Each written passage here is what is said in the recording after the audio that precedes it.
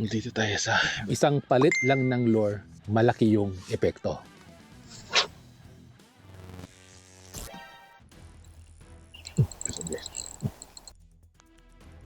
is on.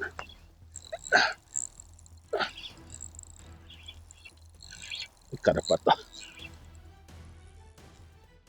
Ang lakas.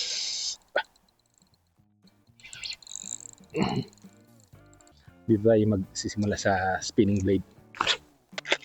So isa sa mga Japanese technique na natutunan ko dito at sure ako na magagamit din natin sa Pilipinas ay yung tinatawag nila na lure rotation. So ibig sabihin ng lure rotation ay dapat na magro-rotate ka ng iba't ibang klase ng lure kung ikaw ay nagpi-fishing. Dito sa Japan, kung manonood ka ng mga YouTube video or kaya mga fishing show, ay makikita mo na talagang nagpapalit sila ng mga lure. Kinabahan ako. Akala ko piston. Akala ko piston. Isa sa mga pro na napanood ko sa YouTube ay talagang mabilis siya mag-lure rotation. So akala kasi natin sa video, isang lure, dalawang lure lang ginagamit. Kaya yung tip natin ngayon na magagamit dyan sa Pilipinas ay kinakailangan nating mag-lure rotation. At yun nga, nag-lure rotation ako, ito yung nangyari. Just like here. Dito tayo sa vibration. Yeah.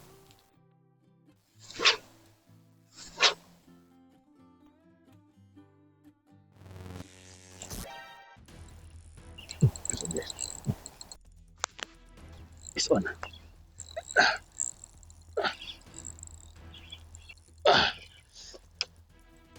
Listen guys.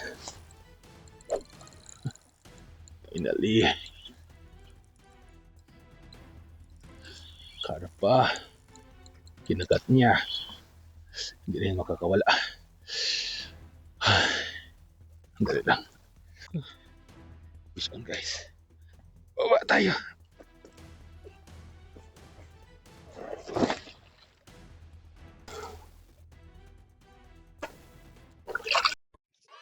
Okay guys. Kinagat niya talaga. Kaya pa.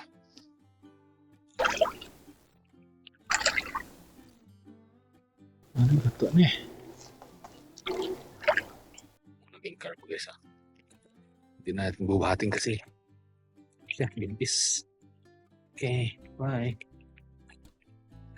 Balik tayo dito sa ating Hitler. Ito.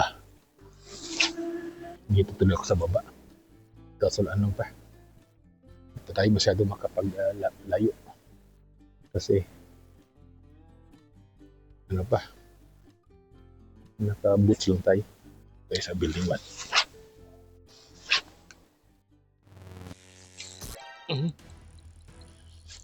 Ay, nakawala.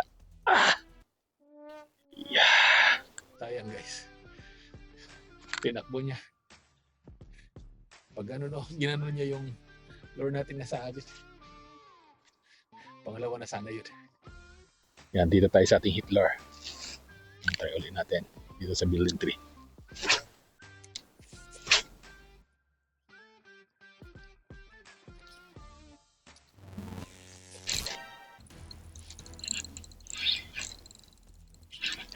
Yun guys. Pisang-pisang. Pisag-pisag.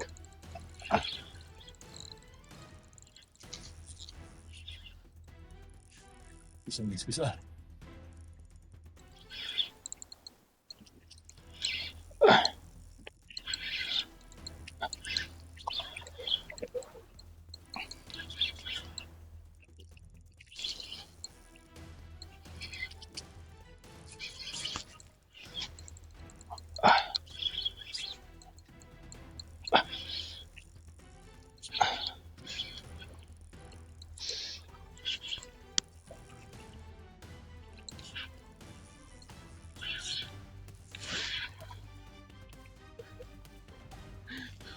Karpa ulit.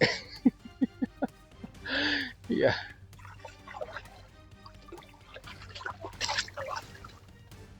Ano ka?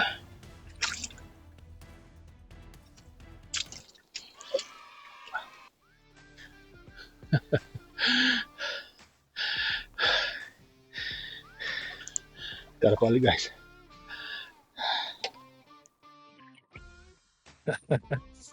Ayan guys. Yes. Ito yung nasabit. Karpa.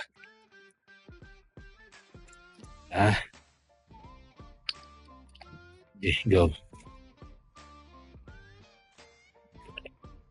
Yan. Pangalawa na guys natin kuha. Pero, ayan. Putol yung hook. Putol yung hook natin. Yung pangalawa na. Yes. Ganun pa man, kahit na yun yung lure na nakakuha, kinakailangan pa rin natin mag-change ng lure. So, isa sa napansin ko, actually nagtataka ako doon sa mga fishing challenge dito sa Japan. Kasi yung mga Hapon, di ba, pag-cast nila, tapos nakakuha sila. Maya-maya, mag-change sila ng ibang klase ng lure. So yun pala, ang purpose ng kanilang lure rotation na yun ay para makuha nila yung isda na hindi kumakagat doon sa hit lure. So halimbawa, nakakuha na sila ng isda, ng sibas. So ngayon, gagamit sila ng ibang lure. Ito naman tayo sa minyet. I-try natin itong minyet.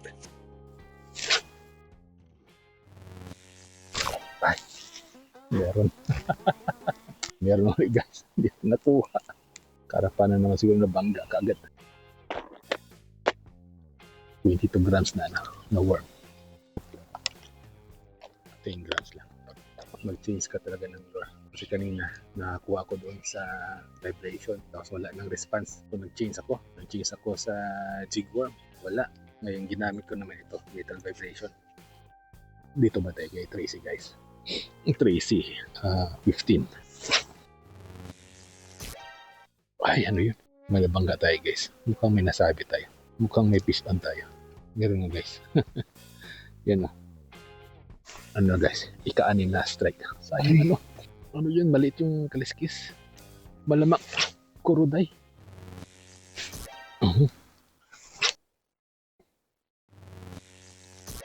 Ayan. Ito guys. Fish on. Karpa na naman. Bisa.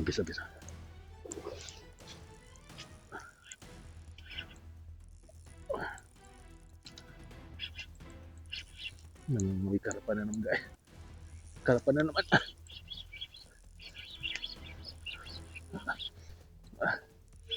Pagod na ako sa karpa. Karpa ka na naman.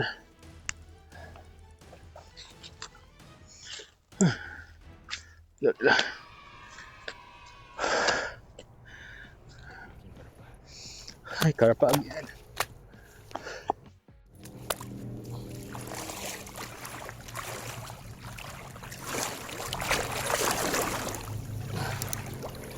Kinain niya talaga guys. Kaya counted sa bibig natin nakuha. Karpa ngayon. Grabe guys. Puro karpa day ngayon. Pangatlong karpa. Iba't ibang color. May gold, may gray, at saka brown. May payat, may buntis, may mataba. Grabe.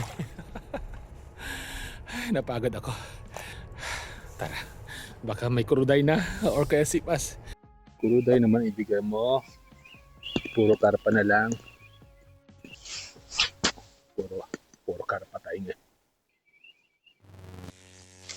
Ayun na naman. Anim na strike guys. Hindi nakuha. Dito naman tayo sa original na sniper.